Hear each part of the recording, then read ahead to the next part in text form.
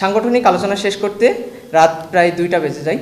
তৎক্ষণাৎ ঝিনাইদহের গাড়ি না পাওয়ায় সকলের সম্মতিতে আমাদের এক শুভাকাঙ্ক্ষীর পরিবারের অবস্থান করি।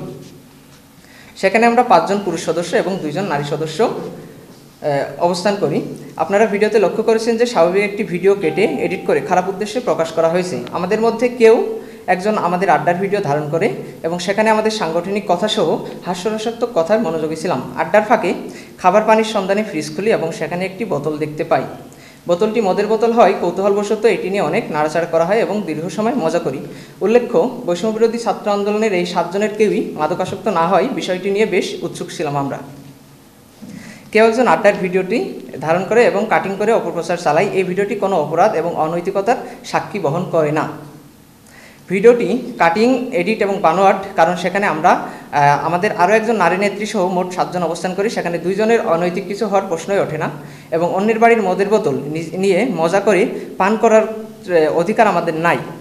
সাংবাদিক বন্ধুগণ, ভিডিওতে দেখতে পাচ্ছেন মুখপাত্র এলমা খাতুন ওয়াশরুম থেকে বের হয়ে এসে খাটের একপাশে অবস্থান করে এবং সদস্য সচিব ইতস্ততা বোধ করে কম্বল দিয়ে নিজেকে ঢেকে নেন, এমনকি মাঝখানে বালিশ দিয়ে দূরত্ব বজায় রাখেন।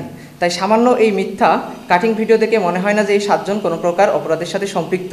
মূলত বৈষম্যবিরোধী ছাত্র আন্দোলনের সদস্য সচিব এবং মুখপাত্র অন্যতম অগ্রণী ভূমিকা পালন করায় একটি মহল তাদের চরিত্র হননের পায়তারা হিসেবে এটি ব্যবহার করছে। সম্মানিত সাংবাদিকবৃন্দ, দ্রুতই আহ্বায়কের স্বাক্ষরিত তদন্ত ফলাফল অফিসিয়াল পেজে আপলোড করা হবে এবং আইনি প্রক্রিয়া চলমান। আপনারা দ্রুতই জানতে পারবেন কে বা কারা কোন উদ্দেশ্যে এবং কতটুকু ভিডিও ধারণ করেছে, কারণ এই ভিডিও পূর্ণ প্রকাশ হয়নি, খণ্ড কেটে প্রচার করে অসৎ উদ্দেশ্য হাসিল করেছে। প্রিয় সাংবাদিক বন্ধুগণ, আপনারা স্বৈরাচার পতনের সময় আমাদের পাশে ছিলেন। আপনারা দেখেছেন রাজপথের সদস্য সাইদুর রহমান এবং মুখপাত্র এলমা খাতুন শক্ত ভূমিকা রেখেছিলেন এবং আগামী দিনেও তারা দেশ সংস্কারে গুরুত্বপূর্ণ ভূমিকা পালন করবে ইনশাল্লাহ। পরিশেষে প্রশাসনকে আহ্বান করছি, মিথ্যা বানোয়াট ভিডিও অপপ্রচারকারীকে দ্রুতই আইডেন্টিফাই করে আইনের আওতায় এনে সর্বোচ্চ শাস্তির ব্যবস্থা করা হোক।